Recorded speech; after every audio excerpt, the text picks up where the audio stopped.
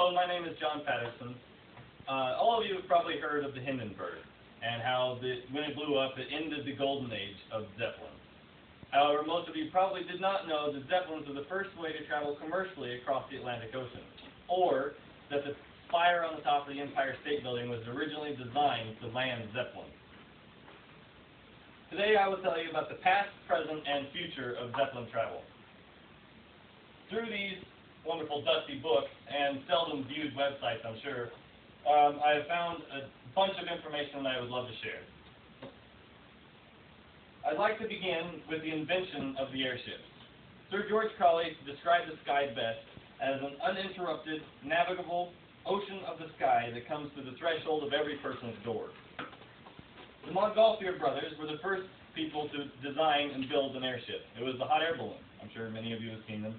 Sadly, however, they aren't really great for commercial travel or to be used as military vessels because they require wind speeds and altitudes and currents to get to their the destination.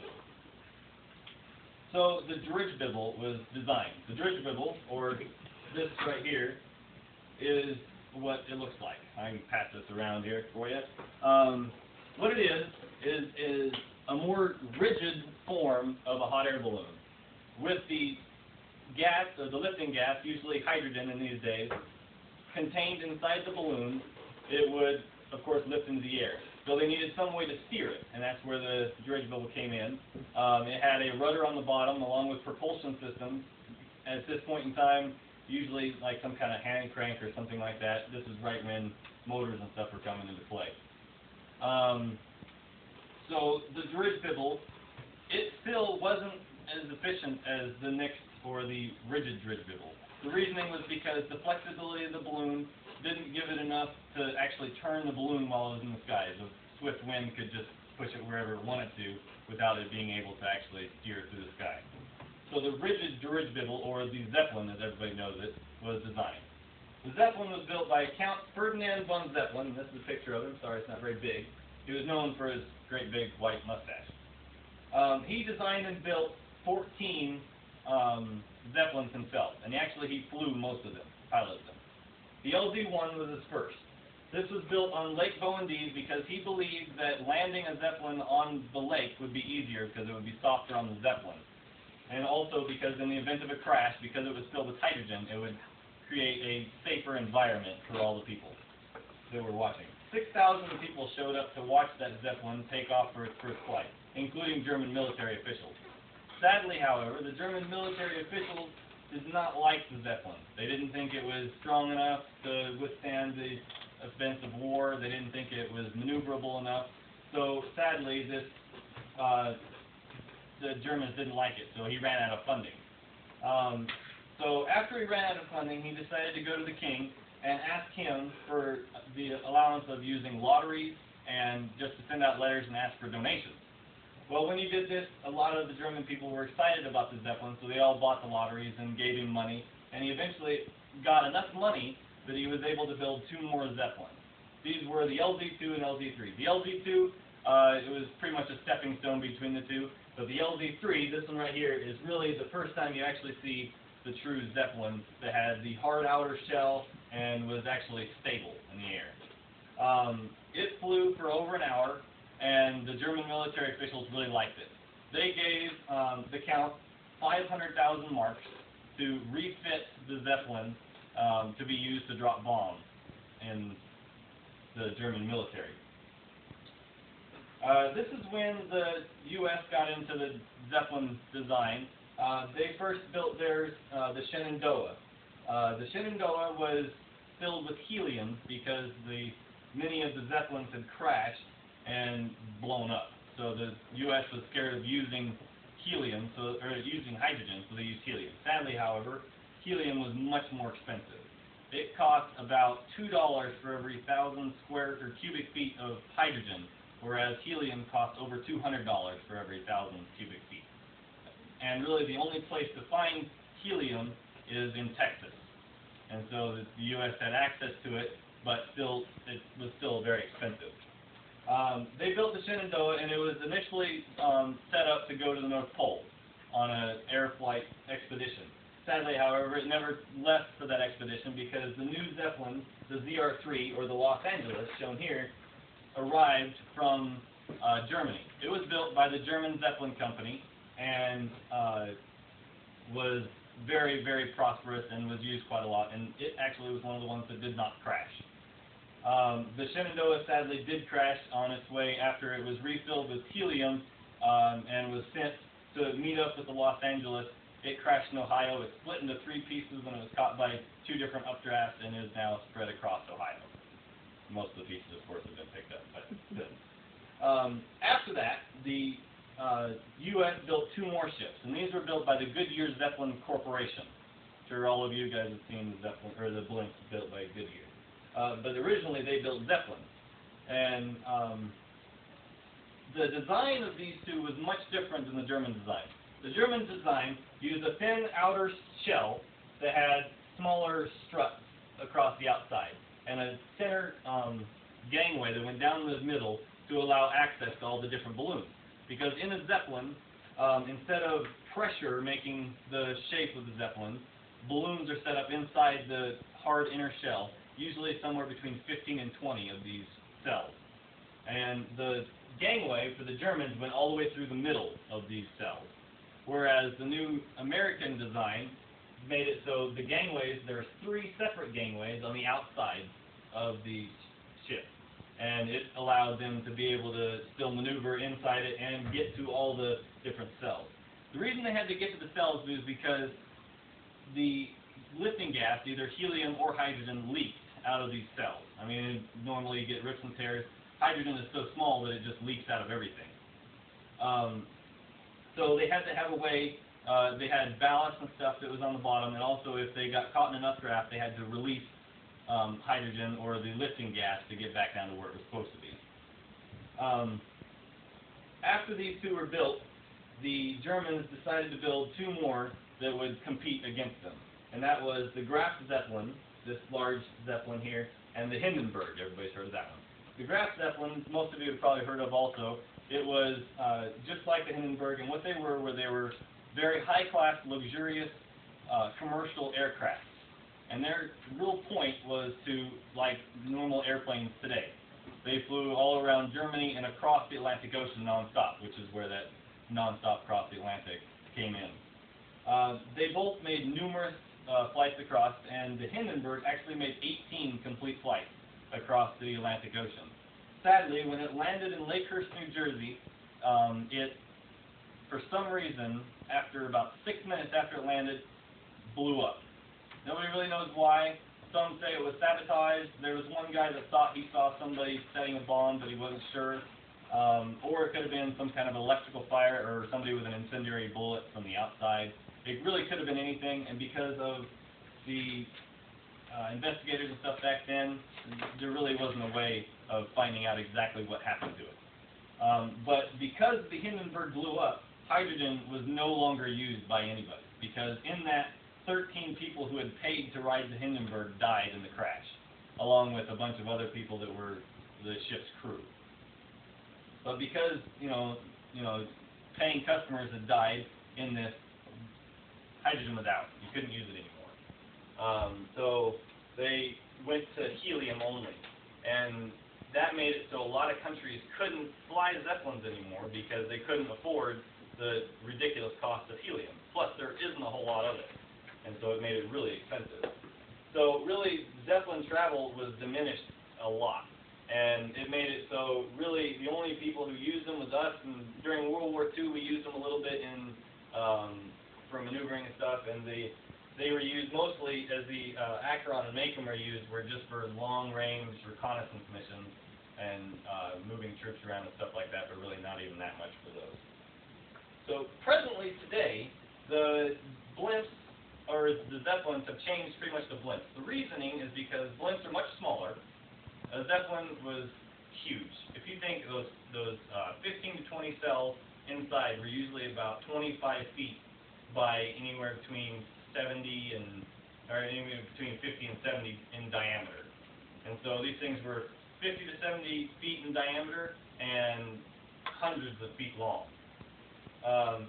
blimps today are much smaller. They're around 100 feet long and 30 feet in diameter, and are once again filled and have their shape because of pressure instead of hard outer shell. They're a lot more stable today, though, because of the improvements in rubber and the different kinds of things we have to make those balloons. And they also cannot be used for commercial reasons because their weight and stuff like that only makes them able to carry about 10 people. So you got a captain and his crew, and that's really about it. Some sightseers get to go up, but other than that, they really aren't used for a whole lot besides like advertisement. I'm sure you've seen them with the great big screens on the sides of them and above the football stadiums and such. A lot of people buy them from the Goodyear company. The Goodyear company is really the only ones that develop them in mass amounts. And really, they don't even do that much anymore. Today, their ideas have kind of shifted. Though blimps aren't just in the U.S. Blimps are also in other places. A couple other famous ones. There's one in Great Britain. It's called the Neophilis. That's kind of a hard name to pronounce. But it's a completely solar-powered blimp. It's got the motors on the bottom that are solar-powered, and it crossed the English Channel. It's pretty cool. The UK also has a rather large fleet, and most of theirs are used in different ways, but really the famous one is the Firecat. What the Firecat does is it uses its ballast to dump water on forest fires. So it's actually pretty cool. The Goodyear company has moved from building its blimps. Most of its blimps were built about 30 years ago, and the plant was kind of shut down. They've opened it back up with the help of the German Zeppelin company. So we got the Goodyear Zeppelin Corporation and the German Zeppelin company that have come together to build 3 new Zeppelins. So they're actually building the great big, huge Zeppelins once again. And there's going to be 3 of them, and they're going to come out sometime in 2014 as their expected release date. There's also rumors and designs and plans that have been built to build flying hotels. And these are amazing. I mean, they have galleries, and they have bars, and ballrooms, and separate rooms. And what you do is you go on this thing and live on it for 2 or 3 days and travel the Earth. I mean, you just float over, and they got these windows that go all around. There's a small picture right here, but there's a lot more on the internet if you're interested. And that thing is really cool, and it would be amazing to fly on one. I know because most of them crash, they're kind of scary, but they use helium now, so they're not nearly as dangerous. And the only reason they crashed was because of problems and technical problems and wind currents and such, but we've learned a lot more about those things now. I've told you about the past, and I've mentioned what they do now, and I've told you how they're going to be used in the future. And they really do have a bright future, and I'm really glad to see them coming back. I'd like to end with a quote, and it's from this book, which these books were amazing, came from the CSI library. But it says, out of the softening sunset came the airship, and the manner of its moving was beautiful. Few inanimate objects attained beauty in the pursuance of their courses. And yet, to me at least, the flight of the ship was far lovelier than the swooping of a bird or the jumping of a horse. For it seemed to carry with it the calm dignity and consciousness of destiny, which ranked it among the wonders of time itself. Now, are there any questions? Drop everything. Are there any questions? I know quite a bit about this stuff, so if you have any questions, I'm free to answer them. Yes. I don't remember exactly, but you had mentioned one of them, that the price was, I don't know, five or 500. 500,000 marks? Yes. Yeah, that was the German military gave this Count Zeppelin 500,000 marks to refit the LZ-3 to make it so it could drop bombs. And then after that, he was given more money to build more Zeppelins. After that one crashed, and the next one crashed, and the next one crashed, and so got shot down. But actually, there wasn't any deaths in Zeppelins until the LZ-14, which was his last flight. 14 of his crew members died, and the German military kind of pointed fingers at him, so he just up and left him with the building airplanes instead. So. Was there any other questions? Yeah, you mentioned the Empire State Building. So they figured it out that that wasn't a good thing, so... No. The reason it wasn't a good idea to land a Zeppelin on the top of the Empire State Building is because the way a Zeppelin lands is it comes up to a tower and just pretty much rests bubbles with a rubber knob on the top of that and a rubber knob on the top of the Zeppelin, and then is tethered to it with ropes. And that's really all. So when the wind blows, it can pivot and still move. And most of the time they're moored down with mooring ropes, so they can't really move too much, but it allows some give so they wouldn't stress the actual airship. The top of the Empire State Building has an average of 30 miles per hour wind. And if you try and dock a Zeppelin in 30-mile-an-hour winds, it'd be really difficult. For one, you'd have to come against the wind and find some way to make the Zeppelin fly fast enough to hit that thing and stay on it without the wind current changing and moving it to a different area. It was docked once for about 3 minutes, and really this is all kind of, none of it was really confirmed because nobody really knew about it, but there was something in my research that said one Zeppelin did dock for about 3 minutes, and the mast broke when it was docked. And so after that, it really wasn't used much anymore. The only other time the Zeppelins were around the top of the Empire State Building was when one Zeppelin passed over the top of it and picked up newspapers from the Empire State Building. Other than that, it really wasn't used. But that little piece of history was what really got me into learning about Zeppelin. Were there any others? Why wouldn't they realize that the wind would have been... I think they were so engrossed in the fact that Zeppelin travel was so huge, and they wanted to make the center of New York the center of everything. I mean, the whole point of Zeppelin travel was to move people across the country and be able to take them anywhere. I mean, if you had a Zeppelin, you could land it anywhere. I mean, it wouldn't have to be on these great big landing strips. I mean, it just had enough room to sit somewhere. And so that was the main idea. It was to take the Zeppelin and land it anywhere and to put it in the middle of New York City. I mean, can you imagine coming from Germany and getting off the Zeppelin in the middle of New York City? That would be pretty awesome, but it never worked.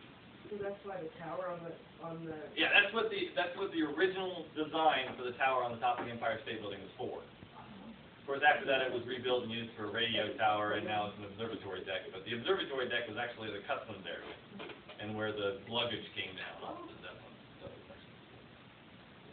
Any more? I'd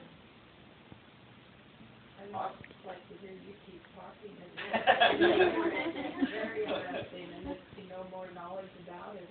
That's wonderful. All right, well, thank you very much for the opportunity of doing the speech. Thank you. Thank you.